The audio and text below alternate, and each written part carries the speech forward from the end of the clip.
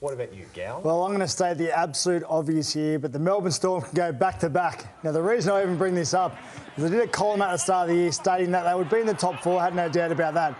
But I think when the big games roll around the back end of the year, I think they're going to miss Cameron Smith too much. Well, I have to retract that because they are in not only brilliant form now, but the way that club is run is brilliant. And then the players stepping in, I mean, guys like Harry Grant and the Cheese that have taken Cameron Smith's spot, they're going fantastic. The rest of the team's going awesome. And I'm not saying they will go back-to-back, but they're a big chance. Well, let's start there tonight. It was 2 o'clock Friday morning, Gus. You just spoke about all the teams upping and leaving. There were a lot of players that had flown back to Melbourne, then had to jump on that late flight out, and 42 hours later they're scoring 8 converted tries against the Knights, completely wiping them off the park, 14 straight wins.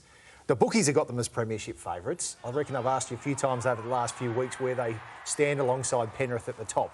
What about right now? Well, they're the two standout teams, and we've made the point about their point-scoring exploits this year, the difference between their attack and offence.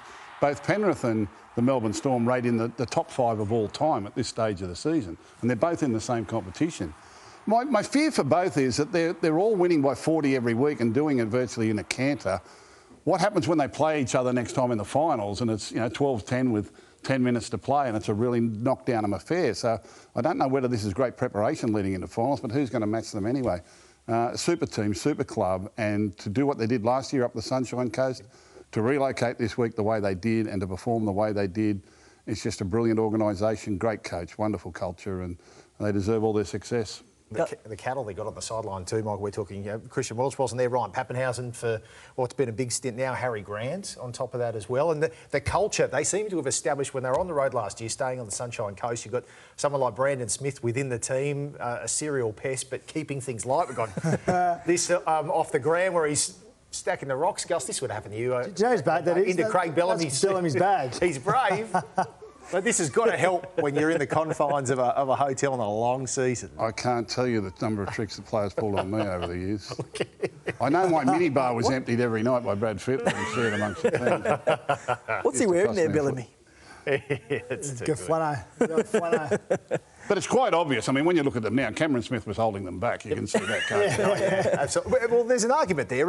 Did Gal help lay the foundations for where they're... Oh, without a doubt. I mean, his leadership at that club and what he did for that club over a period of 19 years in the top grade was outstanding. I still maintain the best player I've seen, played with or against, and without a doubt, what he did for that club is outstanding. The way he helped the Cheese come through, and obviously Harry Grant had to leave for 12 months so he could get a run in first grade, but what he did for that club, it was outstanding, and that's the reason they're where they're at the moment. You throw on top of that the senior players you developed around them, the coach, as Gus said, they're just an outstanding organisation. The biggest thing about it, Paul, is like their attention to detail week in, week out, every week, and for 80 minutes of the game, their attention to detail is phenomenal. Non-stop. We've got teams that can't do it for 10 minutes without suddenly starting to deteriorate in quality. It's just the difference in their mentality more than anything and their physicality right across the 80 minutes, week in, week out, regardless of whether it's home, away, night, day, rainy, fine, it doesn't matter. Whatever the conditions, whatever the state, anyone, anywhere, anytime, the Melbourne Storm are the Melbourne Storm. Yep, no matter the playing roster as well, they always...